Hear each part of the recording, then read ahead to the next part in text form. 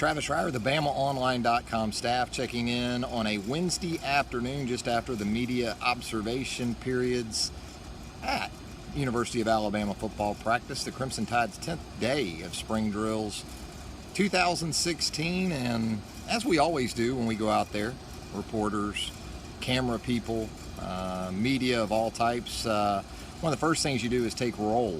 And with that, a couple of noticeable absences, at least from the early stages of Wednesday's practice, in frontline defensive linemen Dalvin Tomlinson and Da'Shawn Hand not out there taking part in individual drills on Wednesday. We do hear from Nick Saban following this afternoon's practice, so I'm sure we'll get an update from the head coach if one is deemed necessary. But certainly interesting to note, again, no Dalvin Tomlinson, no Da'Shawn Hand on the practice field today. And obviously an area where the Crimson Tide, talented, but certainly not as deep as they were, or as it was a year ago.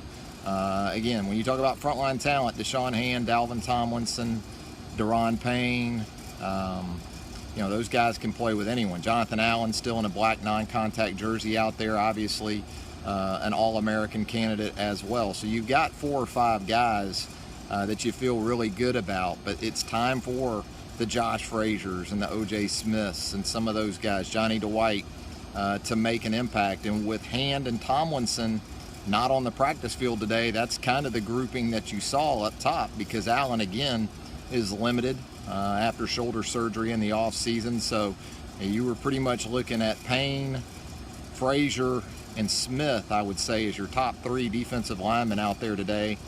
Dwight would be in that mix. In terms of guys that are available, again, we don't know for certain what the absences of Hand and Tomlinson are related to. We'll find out, I would think, soon enough following tonight's practice when Nick Saban addresses the media. A situation that really wouldn't have been as noticeable a year ago, when you had basically 9 guys, 10 guys maybe, that were SEC caliber.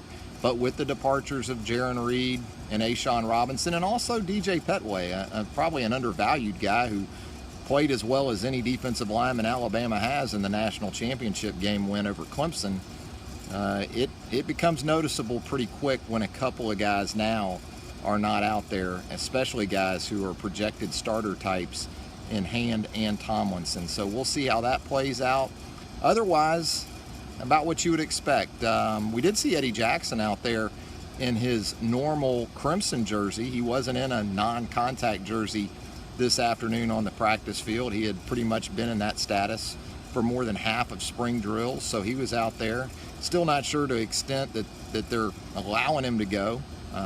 Certainly don't want to take any unnecessary chances during this time of year, but he was out there in his normal crimson number 4 jersey, working in that nickel package with some guys that you would expect to be in there. I thought the inside linebackers were pretty interesting. Obviously, Reuben Foster, is going to be a part of that, but we did see Rashaan Evans working alongside Reuben Foster in the nickel this afternoon. So Evans looking like a guy that sort of like maybe Foster a year ago, when you talk about the nickel and dime packages, has a chance to really be on the field a lot. And who knows, maybe he wins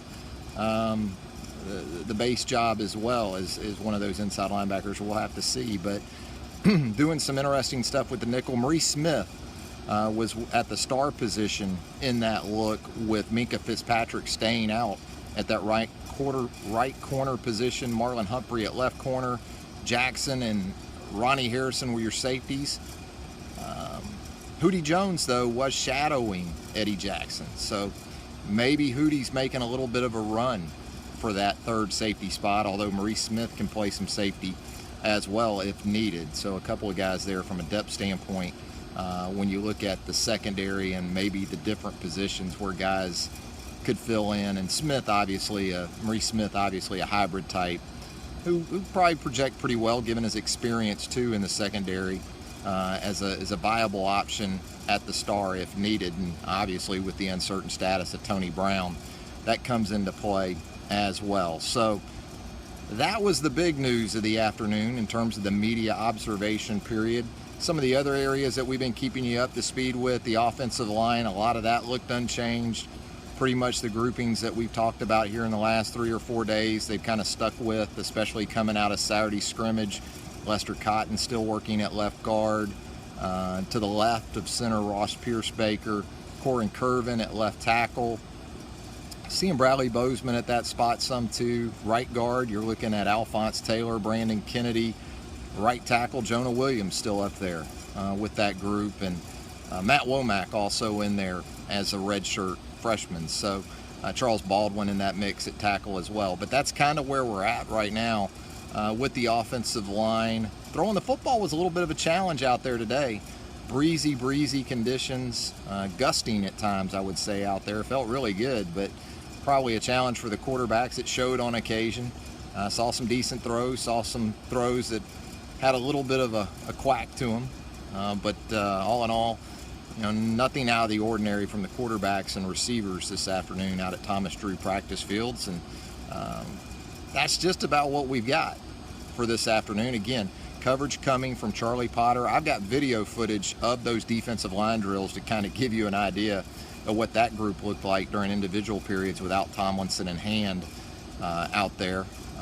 And so Charlie with a practice report, Nick Saban's press conference, you're obviously going to want to pay attention to that. We'll have live coverage of that on the BOL Roundtable as we'll update Saban's comments right around 6 p.m. Central. Usually you can count on somewhere in the neighborhood of 6, maybe a little after.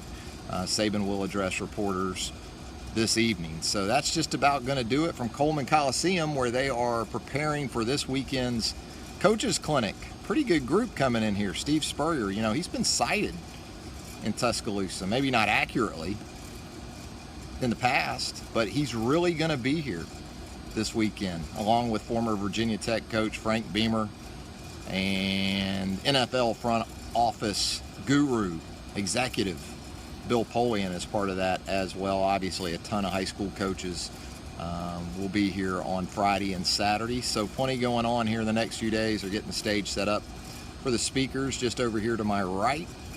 And should be a fun weekend for those guys, as always. But for now, we'll step aside and remind you more coverage coming up of Alabama football throughout the evening right here on BamaOnline.com.